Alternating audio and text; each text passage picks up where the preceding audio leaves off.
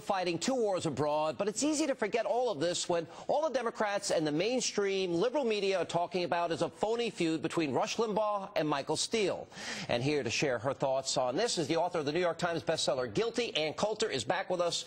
It's a phony controversy, has been. It's over between them. That's all they want to talk about, so we don't talk about universal health care, a declining stock market, the decline of our home prices, right, and the loss of our retirement. Right. No, it's really stunning. Hopefully none of your viewers have made this mistake of turning off Fox News onto another channel. That is all they are covering on the other channels. It is comedic, and I think the important point here is, Sean, that I'm a little bitter.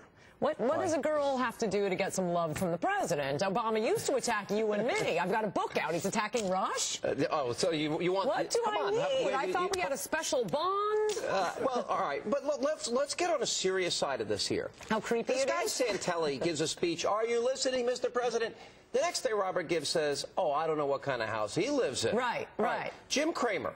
All right, we all know Cramer. He gives financial advice. Right. You know, he says that this is the single biggest wealth-destroying president in history. He gets attacked by Gibbs. And he's a liberal Democrat. The president, when I was going after Ayers and Wright, he goes, we'll send Mr. Burgess over and tear Hannity up. And now they're attacking Rush Limbaugh.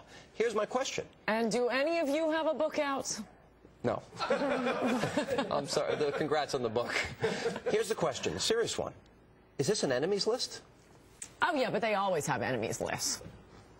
I mean, Drudge was sued by the Clinton White House. I mean, this isn't that new a story, except this was the change politics. Bush didn't have an enemies list. I mean, Bush has Dan Rather and his producer producing phony National Guard documents to attack the war service of a sitting president in wartime. And he didn't see George Bush going out saying, well, is Dan Rather the head of your party? Well, don't listen to Dan Rather. It's immature and what you expect from Democrats. I literally have people that work with me and for me and around me, and they don't want me to use their name. I have to come up with aliases because they're so convinced that my taxes are going to be audited, and you know, they want zero association. Well, remember that we did that during the Clinton years. I have a chapter in my first book, High Crimes and Misdemeanors, on all of the highly suspicious audits during the Clinton administration. And for people who haven't read that chapter, I know it'll probably sound a little bit nutty, but among the people audited included Paula Jones. Paula Jones was earning $30,000 a year. I talked to former head of the criminal tax division of the Department of Justice. He told me the odds of someone like Paula Jones being audited were the odds of being struck by lightning 3 times. What I am struck about. So yes, welcome to the Democrats. Well, you know, what strikes me the most amazing about this is that there's not a single example a liberal can give where socialism has been successful. Right. So if you're a conservative, after all the rhetoric that has been thrown at George W. Bush by senators and by congressmen for the last 8 years, now Rush Limbaugh says he wants socialism to fail. That's what he said. He didn't say what they said that he said. Yeah. And they want to outlaw dissent, Sean, but let me just tell liberals, dissent is not unpatriotic. Didn't they keep telling us that? I think they did. Well, they did say. But in all seriousness here, this is serious. To bring back these hacks, they actually do want to outlaw an opposing point of view. Right, but we just wondered why they were rooting for the terrorists. But to bring back hacks, Carville, Bagala, Rombo Emanuel, John isn't that funny that it's the same as the Clinton administration? We have the same people back in these positions. But here's the question.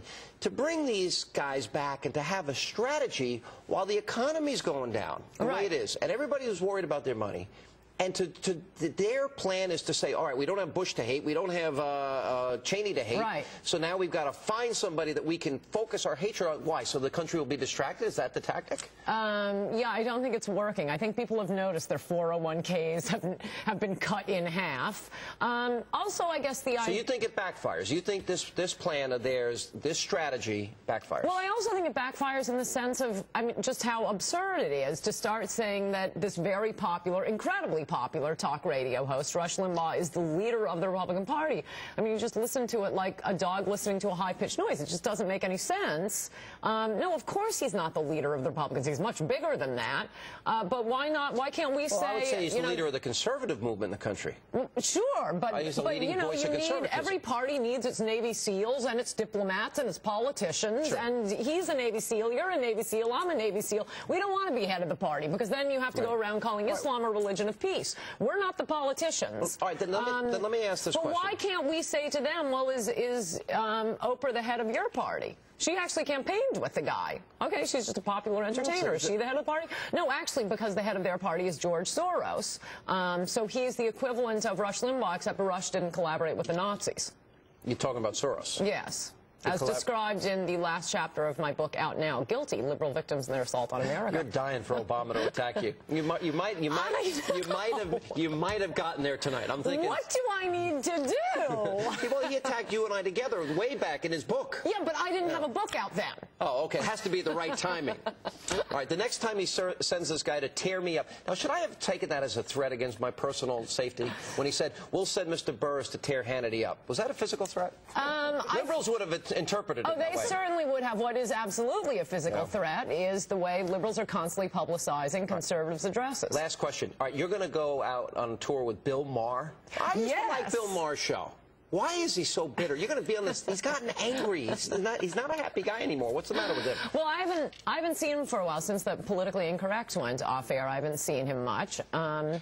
But what you're asking me why I would go on TV with a bitter person? I do The View, Sean. Oh, well, we love it. I do anything to publicize. Did I mention I have a book out? All right, I got you. Wait, we didn't say when. Radio City Music Hall this Monday night, Wang Center in Boston Tuesday night, and the Chicago Theater in Chicago on Wednesday night. To you. And I wish some Fox viewers would please come. All right, it's on AnnCoulter.com? It's all listed at AnnCoulter.com. All right, Ann, thanks for being with us now.